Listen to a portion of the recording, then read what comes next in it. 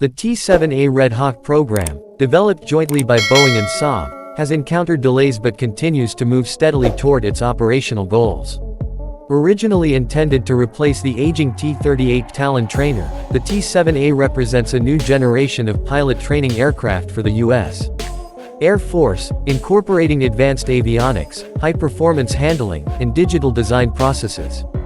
In early 2025, the U.S.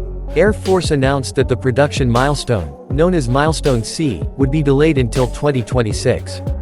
This milestone is crucial because it marks the official green light for full-scale production. The delay stems from a combination of developmental challenges, including issues related to the aircraft's ejection system, flight control software, and other systems integration efforts. Despite this shift in schedule, the Air Force is maintaining momentum through a more limited acquisition of 4 production representative test vehicles (PRTVs) which are scheduled to be delivered during fiscal year 2026. These aircraft are nearly identical to what will eventually become the production standard and will be used extensively for final testing, safety evaluations, and curriculum development at training centers. Boeing confirmed that these early units would be delivered in early 2026, supporting the broader preparation for full fleet integration. Testing activities have also intensified over the past year. One notable achievement occurred in April 2025, when the T-7A's upgraded ejection seat system successfully passed a high-speed sled test at 450 knots equivalent airspeed (KIAS). This test demonstrated that the system can safely accommodate a wide range of pilot body types, an improvement over older trainer designs, which had more restrictive ejection safety envelopes. In addition to ejection seat validation, the T-7A has been undergoing extreme weather testing to assess performance in both cold and hot environments.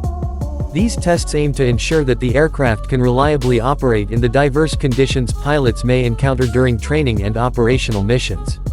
The data gathered from these trials will feed into further refinements before the aircraft is declared operational. While full-scale production won't begin until 2026, the Air Force still expects to reach initial operational capability (IOC) in fiscal year 2027. This indicates confidence that enough aircraft, training systems, and infrastructure will be in place to begin formal pilot training operations by that time. Boeing and Saab's digital engineering approach, using advanced modeling, simulation, and software tools, has been praised for allowing faster prototyping and integration than previous trainer development programs. Nonetheless, real-world integration always brings unforeseen complexities.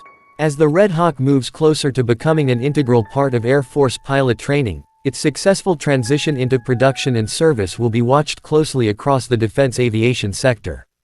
With a combination of advanced systems, modern training environments, and a symbolic red tail honoring the Tuskegee Airmen, the T-7A is poised to become a significant milestone in the evolution of U.S. military aviation training, despite its delays.